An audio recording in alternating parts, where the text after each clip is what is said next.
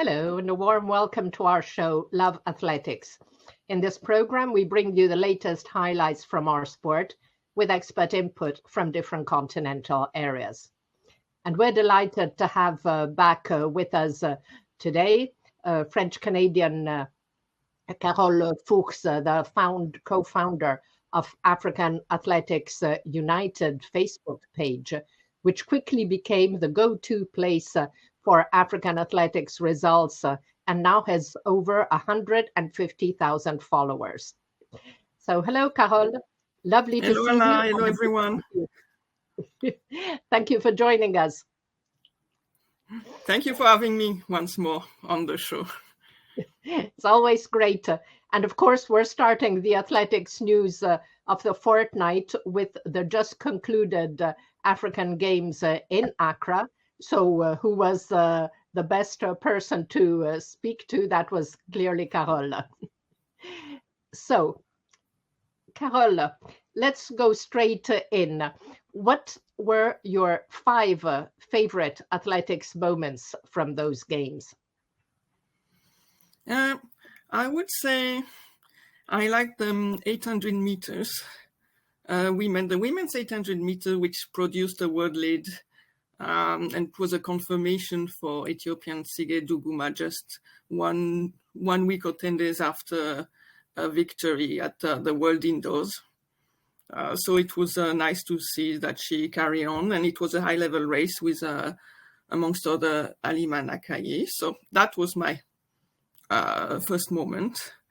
I also... Now, Carole, let's just pause a moment because Sige was a surprise winner in Glasgow, and I think it's interesting. She had medaled silver, I believe, at the African under 20 in the 200. So she's a former sprinter.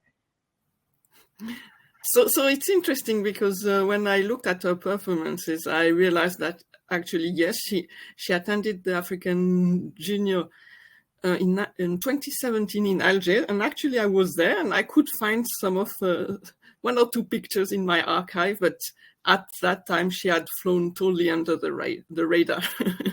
Yeah, exactly. Mm-mm. And so, she's coming from an area that's not traditionally that strong in Ethiopian athletics, which is called the Benishangul Gumuz area. And she started, I think, through school, like many other Ethiopian, and she was spotted and got through the National Youth Academy Training Center in Asela, the same center through which Lamecha Girma went through.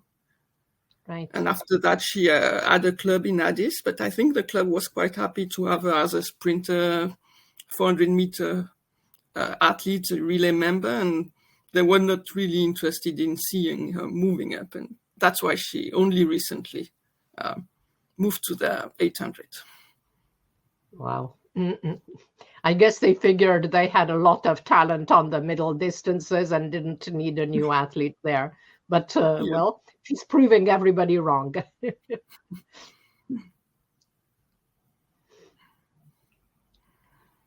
Yeah, actually, she had the standard for the World Championships in Budapest last year, but she fell among that category of athletes who didn't have enough doping tests to be able to participate. So she had to wait a few extra months to be able to make her debut in Glasgow. Wow. Thank you, Carole. And your other moments? So my next moment would be the women's 400 meter, which was won by Mary Mora. So Mary Mora, another specialist that I'm impatient to see race against Sige Duguma.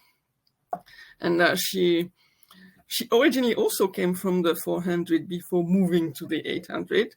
And her strategy to prepare for the season is actually to work on her speed.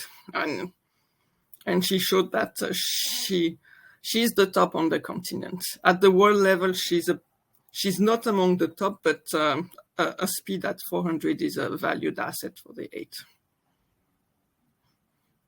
definitely. Yeah. And she's also a strong advocate for athletes in her country, because at the African Games trial in Kenya, she was among the athletes to lead a protest to get more spots for the Kenyan team, because the Kenyan Olympic Committee had said we can only send one athlete per event. And that was outrageous for a country like Kenya. Yeah, I remember that, and I was impressed. I mean, she certainly has character, that lady, and she's, she's not afraid to step up and have her voice heard. Yeah. So, yeah, some other really good performances were the relay. And I think that mattered a lot also because there are teams that were still looking for qualification for the World Relays as a pathway to the Olympics.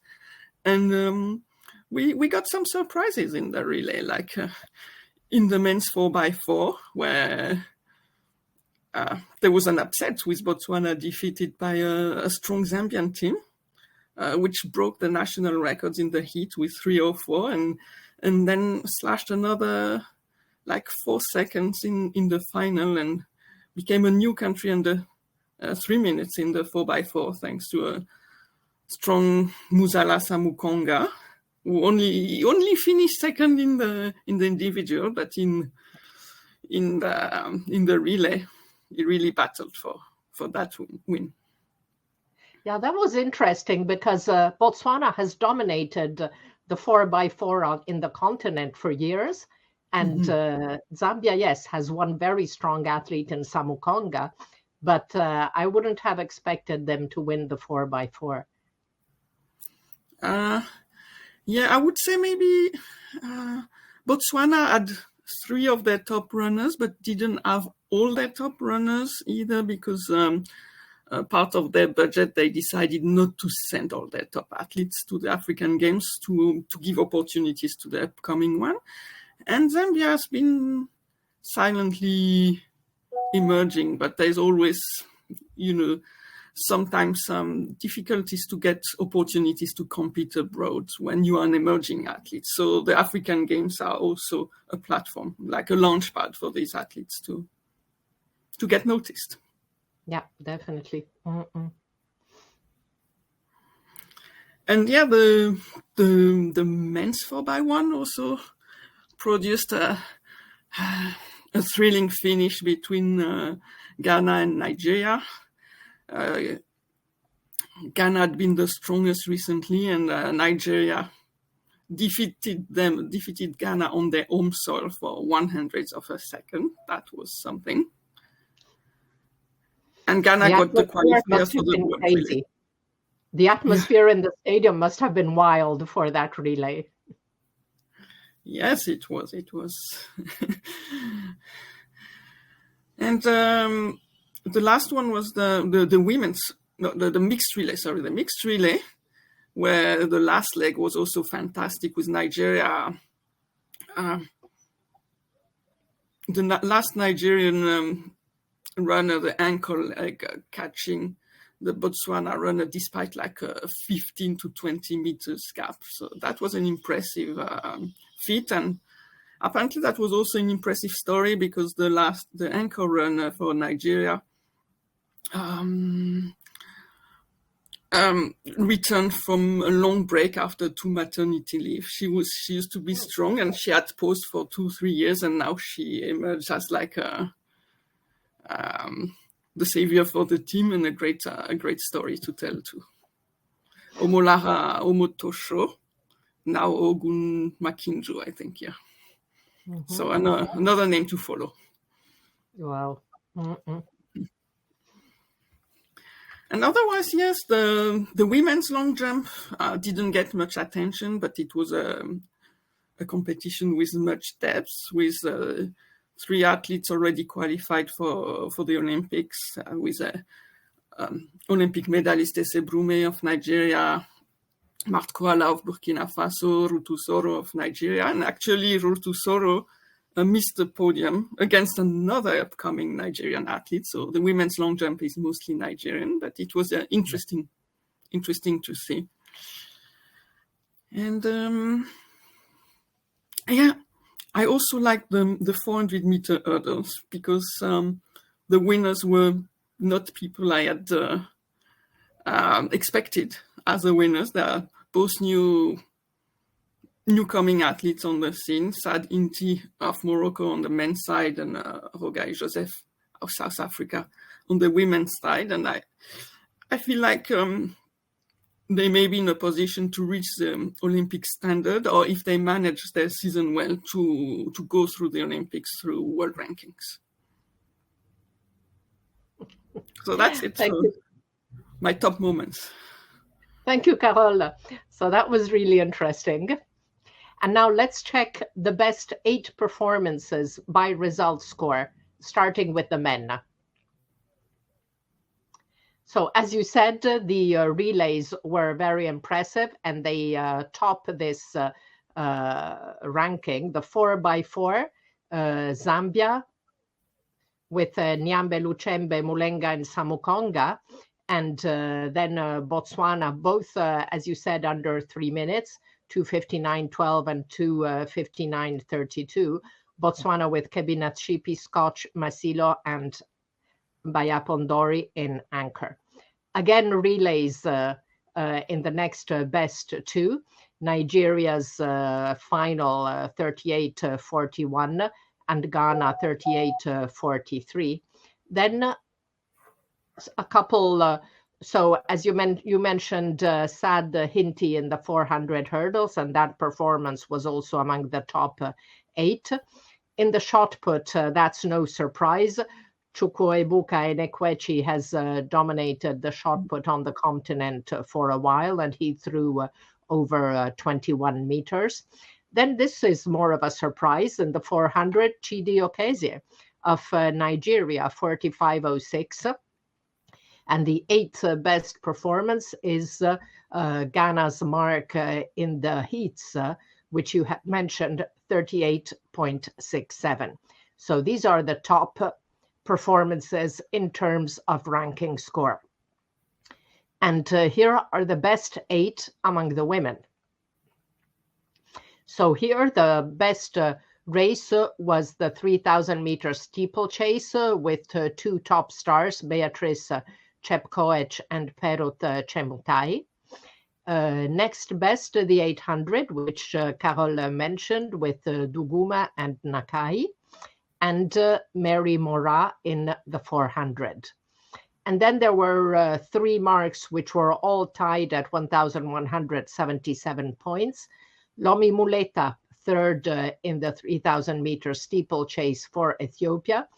Tobia Musan in the 100 hurdles, and Eze Brume. Now that was a very wind-aided performance, so points are deducted in the result score, but her 6 meters 92 is a very good performance, and even without those points that are deducted when you have a favorable wind, it makes the top 8. So congratulations to the long jumpers as well.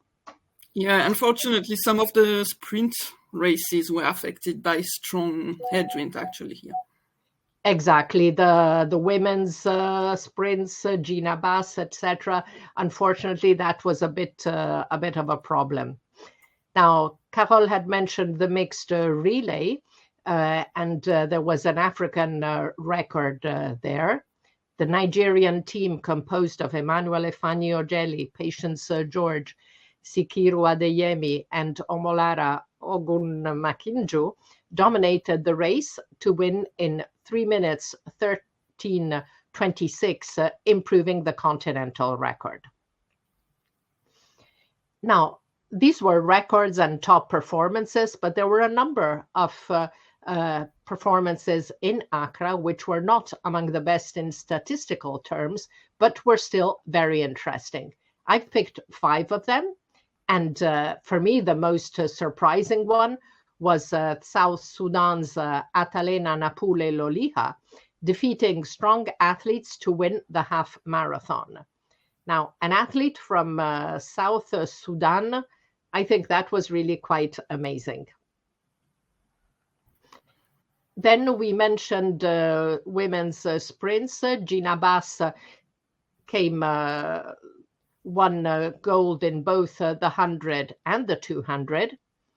So that was a strong performance, unfortunately into the headwind, as Carole pointed out. The 5,000 meters women, there was a trio of talented under 20 Ethiopians, Medina Asa, who won the race, and Melknat Wudu, who was a bronze medalist, we knew. But sandwiched in between them was a new athlete on the international scene, Birtukan Molla. So that really shows Ethiopian talent continues to emerge in the middle and long distances. Among the men, there was also a big surprise in the race walk, where Ethiopia's Misgane Wukuma defeated Samuel Gathimba in the 20 kilometers race. I mean, Samuel Gathimba is an athlete who has been in the top 10 at international levels. So maybe he's, his focus was not this early in the season on African Games, but still interesting to see an Ethiopian athlete taking top spot in that event. And then another thing that I found really interesting was to see emerging athletes in winning unexpected events. Somalia's Jama Mohamed Abdullahi was silver in the 5,000 meters, ahead of strong athletes, including Getnet Wale, for example. Carole already mentioned, javelin. Nigeria's Chinecherem Nmandi won the javelin with 82 meters, 80, over Julius Yego. So again, not something we have seen a lot in the past, Nigeria in the throws. And finally, Kenya's Edwin Kimutai-To was silver in the decathlon. Now, I know that the performance was not of a very high level, but still, I think it's interesting to see a Kenyan athlete, not only in a technical event, but in an event like decathlon, where you have to be able to master jumps, throws, sprints, everything. So that was also interesting. Now, Carole, what was your special moment from Accra? My special moment, was to see the atmosphere in the stadium during the events that were won by Ghanaian athletes, like the 4x1 relay, the women's high jump title, which was totally expected because she had already won several continental titles. But, and on the last afternoon, the publics went to support Joseph Amoa in the 200, and he won. But there was an expected competition in the men's high jump too, which was quite open, and I couldn't figure out who would end up winning. And it was the strongest on that day was that Ghanaian Kadman Evans Yeboah. And it was really a great moment to watch the crowd, behind him, all the stadium behind him. That was such a nice moment. Thank you, Carole. Yes, definitely. That must have been quite crazy. So let's conclude the review of the African Games by checking out the medal table. And not surprisingly, that was dominated by Nigeria with 11 golds and a total of 21 medals, followed by Ethiopia, 7 golds and 18 medals, and South Africa, 7 golds and 11 medals. And Kenya is in 6th, which I think is a little bit disappointing. 6 golds and 20 medals. Then host Ghana with 3 golds and 6 medals. Algeria, Gambia, of course, with the 2 medals by Gina Bass. Morocco also has been sliding down in athletics in the continent and globally. followed by Cameroon, Egypt, Burkina Faso, Senegal, Benin, Eritrea, and South Sudan, all with 1 medal. Botswana, Liberia, and Uganda follow. 15 countries won gold, and 27 countries won at least 1 medal. Carole, anything to point out about the medal standings? So were you at all surprised? Not too much. Nigeria sent a strong team. Some countries send stronger team than others, and then there are also some events which are a bit of a lottery depending on the participation. Like Ethiopia also got a medal in the pole vault because they are the athletes. Exactly. It's funny because those technical events like the decathlon and pole vault, they used to be dominated by North Africans.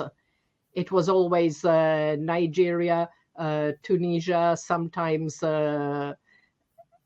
even Egypt. So seeing other countries, I think, is very interesting. Yeah. So the African Games is a mix of top competition and also a bit of a festival where athletes get who may not end up competing on the world stage get the chance to compete at the continental stage. Yeah, definitely. So the other big event taking place in the last couple of weeks was the NCAA Indoor Championships in Boston on 8 and 9 March. And there were interesting performances there. The best being the 400-meter race won by Canada's Christopher Morales-Williams in 44.67, which was the best mark of the championships and indeed of the fortnight. That was just 0.18 seconds slower than the time of 44.49 he had set a month ago, which, however, could not be ratified as a world record, as the starting blocks did not conform to World Athletics regulations. Now, Carole, given that you live in Canada, can you tell us something about this exciting new athlete?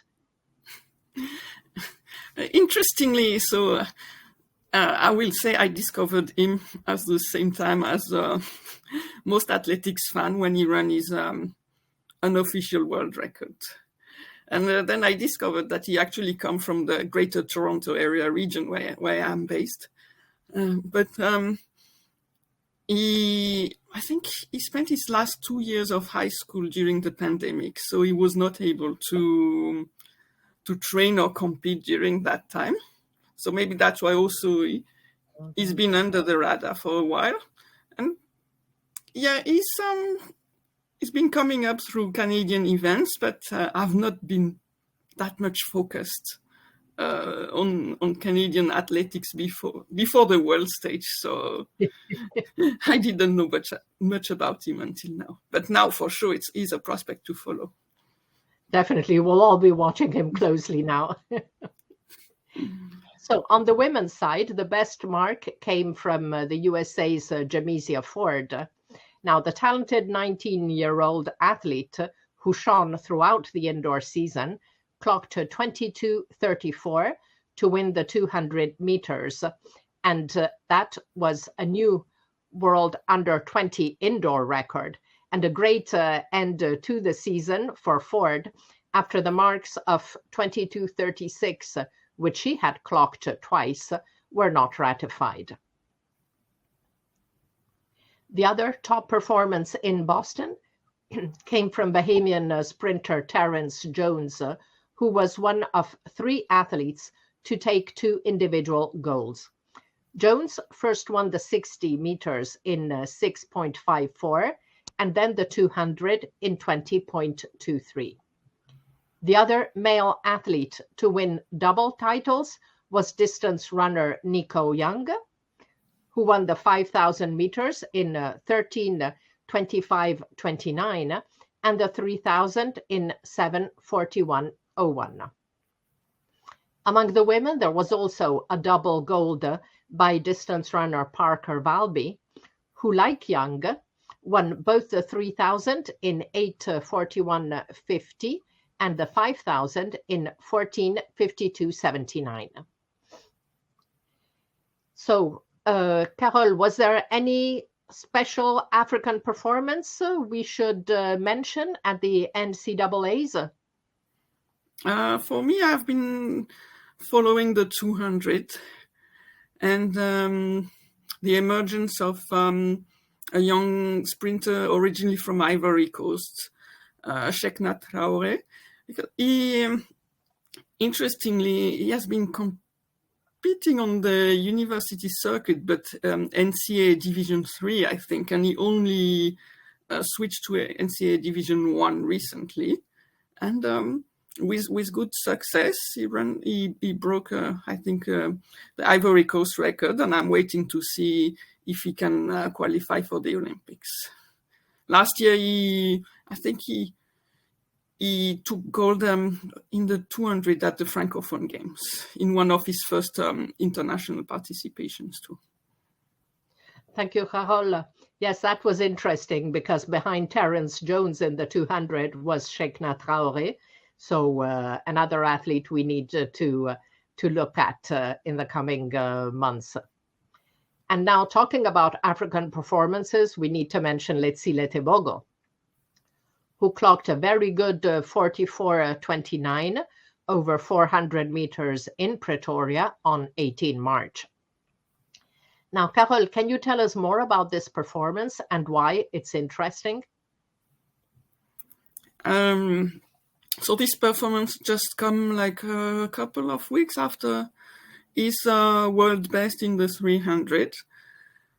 And it's interesting to see the different approach observed by Letsile Tebogo in preparing for the Olympics and Noah Lyles, which is going to be one of his biggest rivals during the season, because Letsile Tebogo has been working on longer distances and Noah Lyles on shorter distances as he competed in the 60. So it will be interesting to see how it works out for the two this summer. And definitely. Interestingly, so Letsile Tebogo has now qualified in the 100, 200, and 400 for the Olympic Games. So he will probably not do all, but it would be interesting to see him take part to the relay if the schedule allows it. Yes, exactly. That would be good. So before we look at top marks in the last fortnight, I want to ask Carole about the first part of 2024. So what were your favorite moments so far this year? So I will pick one for the different surfaces or seasons. So indoor, I have a special appreciation for the women's 800 at the Glasgow World Indoor Championships. Both for the emergence of the Ethiopian runner Tsige Duguma and also for the bronze medal earned by Noélie Yarigo of Benin, because it's the first international medal for Benin in athletics. And it's won by an athlete who has been competing for many years and been trying to reach an international final for many years and was not given up. And she was a pacemaker for a long time before becoming a full-time runner, not a pacemaker anymore. So, and reaching 38 years old, she had to face lots of comments about her still running. So people were saying, "Oh, you are too old. You should quit the sport and do something else." But she had a conviction, and she kept believing, and in the end, it worked out for her. So it's an amazing story. It really is, and I remember last year when I started noticing her in indoor meets, her joy after after winning a race or coming second in a race, it was just so beautiful to look at. It was really, I started loving Noélie Yarigo last year when watching her races. So I was also very happy when she won this first ever medal for Benin. Yeah, so outdoor, I like the 300 meters world best by Letsile Tebogo. He tried to downplay expectations before the race. His coach was saying, "Oh, we are just trying to see if he has fully recovered from his injury," and it surely did. Yes, definitely. Yeah, and then in the road season, we had the first big major marathon of the season in Tokyo, and it came a few weeks after the tragic passing of Kelvin Kiptum. So it was interesting to see the first, top athletes compete after that moment. There was lots of pressure on Eliud Kipchoge, who was one of the headlines, and it didn't work out too well for him. And on the other side, Kelvin Kiptum's own training partner finished second of the race, Timothy Kiplagat, behind Benson Kipruto. So one thing that it shows is that Kenya's still such a depth of talent. And it's the selections for the Olympic Games are going to be really hard, both for Kenya and Ethiopia. Both in men and women. There will be happy people and lots of disappointed people. And you're like, how do you make a selection policy when you have so much talent? I wouldn't want to be in their shoes, definitely. Thank you, Carole. So it's time now to go back to the global overview of our sport and check the top marks of the fortnight. So among the men, we mentioned Terence Jones. That is the third best mark of the season, 2023. Both Arion Knighton and Terence Jones had clocked 2021. And then we mentioned Shekna Traoré. That's a very good performance, worth 1,242 points. Terence Jones had also run a fast 20:34 in the heats. And behind him, also in the heats, Wanya McCoy, also of the Bahamas, and Robert Gregory, who came third in the final. 400 meters, of course, the 44:29 by opener by Letsile Tebogo. 400 indoors, Christopher Morales Williams. Now that's the seventh best performance on the all-time lists.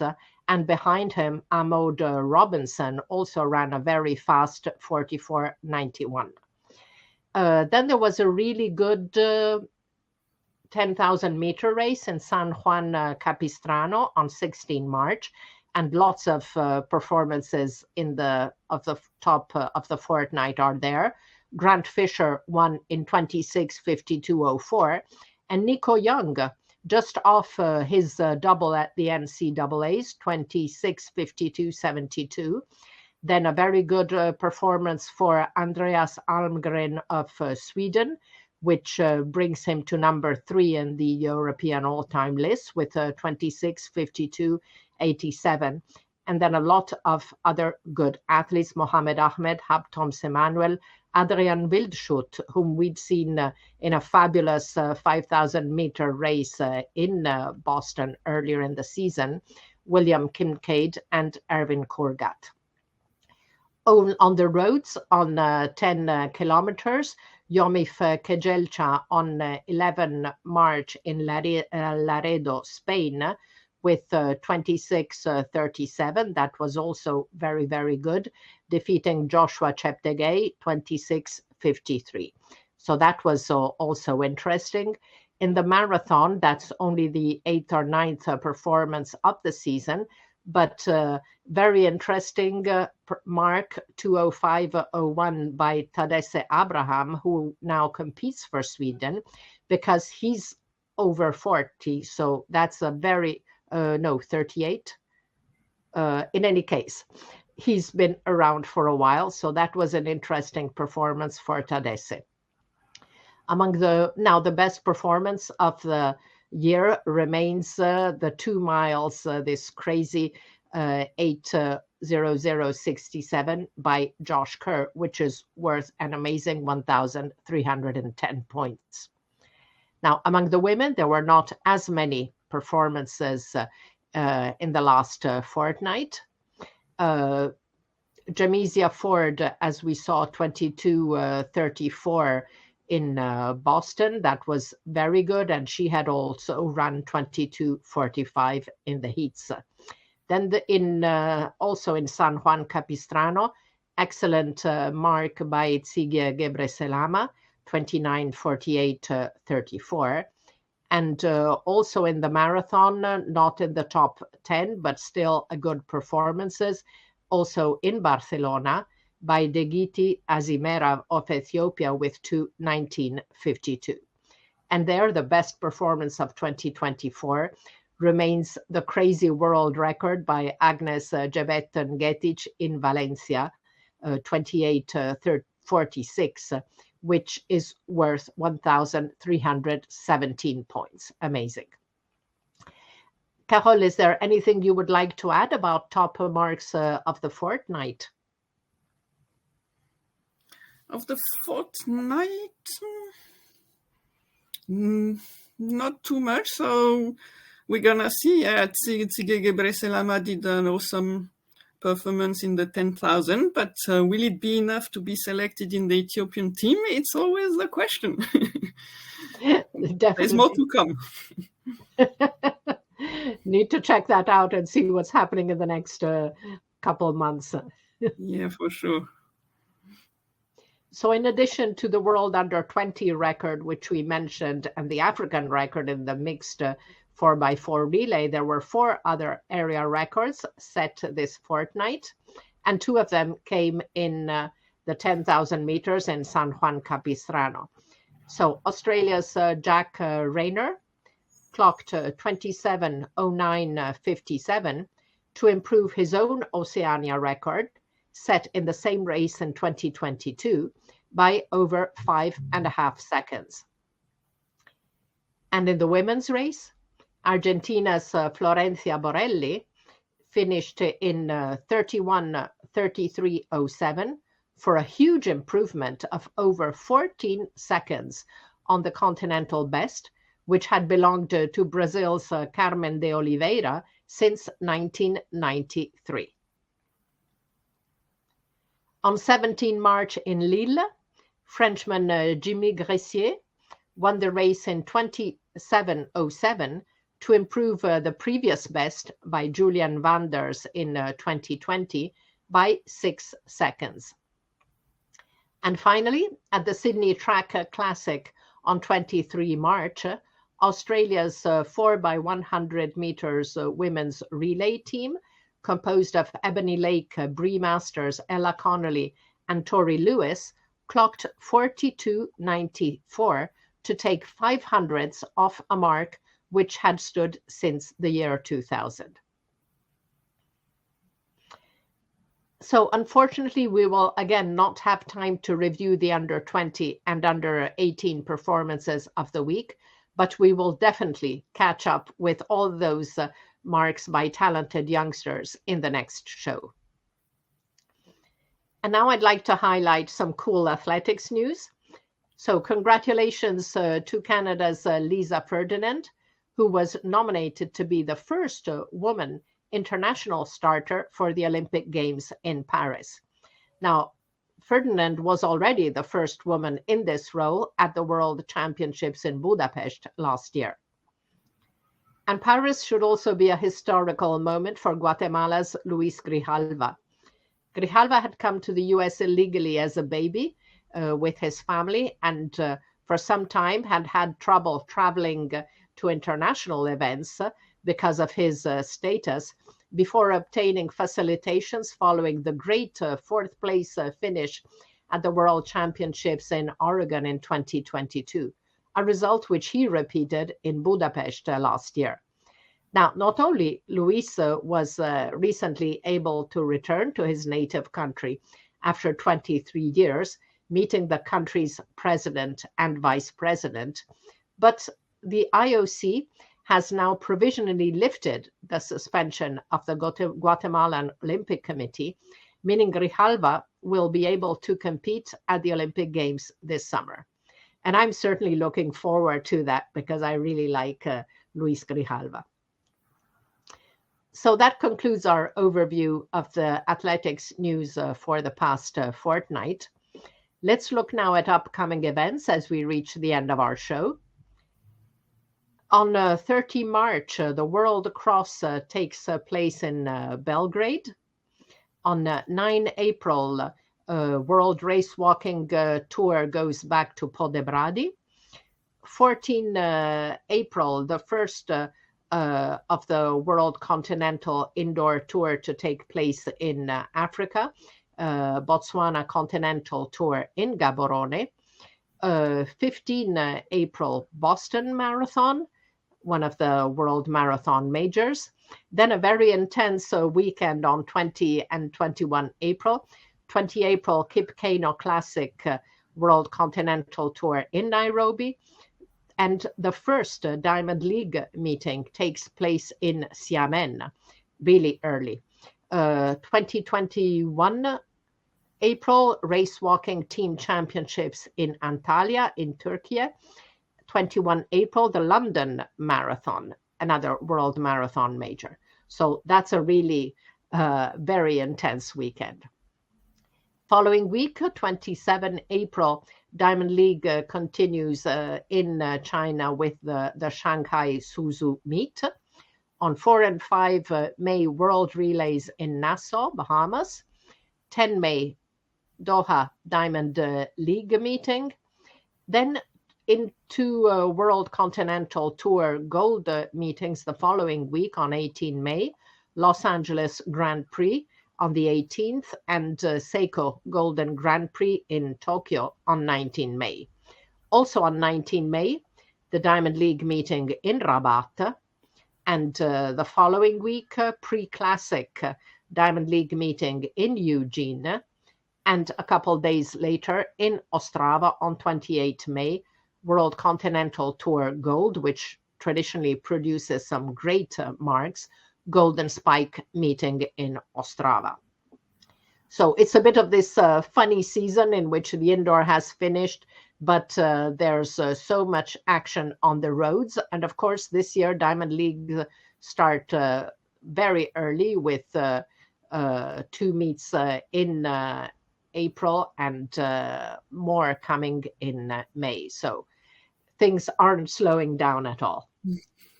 On the contrary, now with like a few months left to the Olympics, everybody is going to strive to qualify. So we are going to observe amazing performance, I'm sure, in the 3 coming months.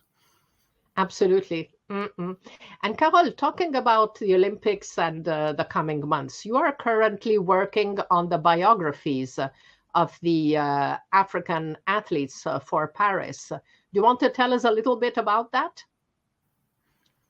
I don't know. It's just the athletes get their profile for journalists to be able to report about them. So trying to do our best to advertise and to get good information on the athletes of the continent, who sometimes are looked as a afterthought. So we are trying our best to provide accurate and relevant information to promote the story of the athletes.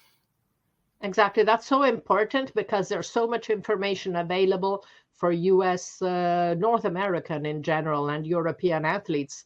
And often athletes from Africa or South America and Asia, they don't get so much attention because people don't know about them, and they have some absolutely amazing stories. Do those profiles is a lot to do when you have the job, but especially also the fact that there are so many athletes we don't know yet who is going to compete, because you have the athletes who are qualified, but in the marathons, like with the super shoes, there are so many athletes who achieve the standards that sometimes for many countries you don't know who is going to be picked. And with the ranking, it's going to be a last minute thing, I believe, because the rankings it goes by wave also, depending on the regional competition. So Southern America had their regional events last autumn. So there were lots of Southern American athletes in the ranking, but now they're going to be replaced by, the South African, the Africans. And in June, there is the European Championships. So the championships bring lots of points, especially for people who don't have access to the Diamond Leagues. Yeah. So the rankings for today do not match the rankings in June. I'm following African athletics, and there are so many athletes in some countries. I'm like, I have never heard about them because they don't get that opportunity to compete outside their country. So they do 3 or 4 meets back home, and then their season is over. But luckily this year they have both African Games and then the African Championships. So some of them may qualify through the rankings, hopefully. Because it's not easy when you don't have access to European meet. Yeah, exactly. And both for South America and Asia also. Yeah, this is why several journalists from South America, Africa, etc., they're saying the ranking system is not really as objective as it looks, because some athletes can't travel because of costs, but because of visas as well. Mm-hmm. So a lot of them are saying that the rankings, which in theory look good, in fact penalize athletes from certain continents because they have a lot less opportunities, especially opportunities to compete in meets which give lots of points. Yeah. So thank you for that. We're looking forward, and we hope that journalists will pick up on your information and that they'll transmit it to everybody so that we know more about these great athletes. Thank you. So we're now at the end of the program, and it was really great having Carole with us on the show. And do remember to check the African Athletics United Facebook page. That will help you keep up to date with the results and information from the continent. So thank you all for watching, and see you in 2 weeks on Love Athletics to look together at the highlights, comments, and analysis of what's been happening in our sport over the past fortnight. Thank you, Carole. Thank you very much. Thank you, everyone. Ciao, ciao.